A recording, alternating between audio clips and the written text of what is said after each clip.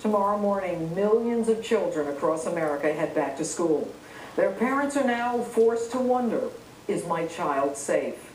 With me is Harry Houck, former NYPD detective and school safety expert.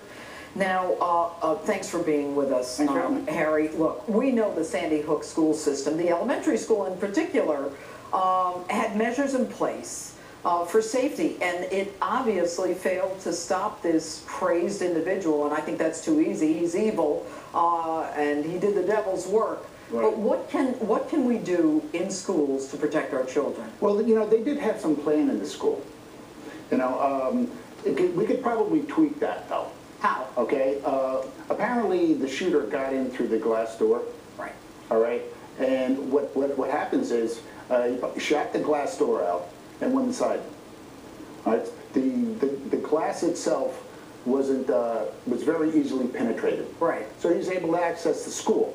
Right. All right. So there's a couple of different things that we can do. What? To try and solve. You know, something really simple. Like put some bars on the doors. But so you know, that people say, Harry, that that's intimidating. That, you know, you don't want metal detectors. You don't want a cop with a gun. Now you're talking bars. I mean, you believe this is something we need to do? Well, I think that the lockdown is probably the answer.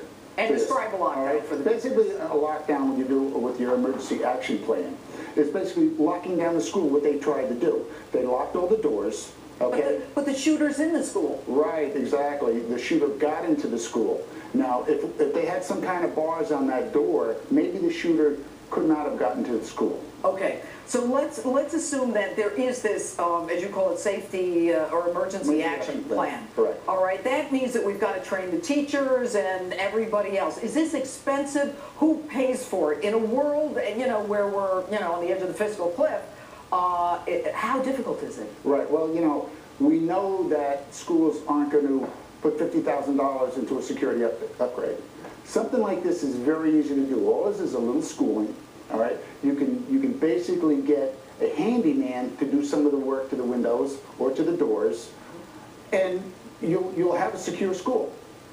I think what we really need to do, though, is have some type of alarm in the school that can go off where everybody inside the school will know it's time for the lockdown. And the interesting thing about this is that the PA system was opened up so everybody knew what was going on. Which was a great thing to do. It was a great thing to do, but what should parents do tomorrow morning? Should they call their school and say, hey, what is the safety plan for my child? Right, well, that's something they should definitely do. I suggest that parents call their school and ask them, do you have an emergency action plan in effect in the school? And if not, why? And if not, when? All right, and then ask them, get together with the PTA. Then you can all get together, talk with school officials, talk with the police, and put an emergency action plan together. And the lockdown is very cost effective. And what about children? You know, when you say that, you know, we heard about the drills. These children had done drills before. You know, I remember in school, I don't know, I used to hide under the desk. My kids will say that's when the laws were, you know, written on the stone tablets. Did you do that too? Yes. Okay. You know, today the drill is what? Simply to go out of the school? Well, how do you prepare little kids? Well, without scaring them? For an active shooter, you know, you do not want the kids running out of the school because they can run right into the active shooter. You want to be able to lock down the classroom. If you can lock down the classroom, get the children down on the floor, take their desks, lay them over, get behind the desk, lock that door so the shooter doesn't gain access to that. What we want to do, the first 2 or 3 minutes of an active shooter incident is the deadliest. Right. So what we want to do is we want to slow him down so that if we slow him down, the police can respond.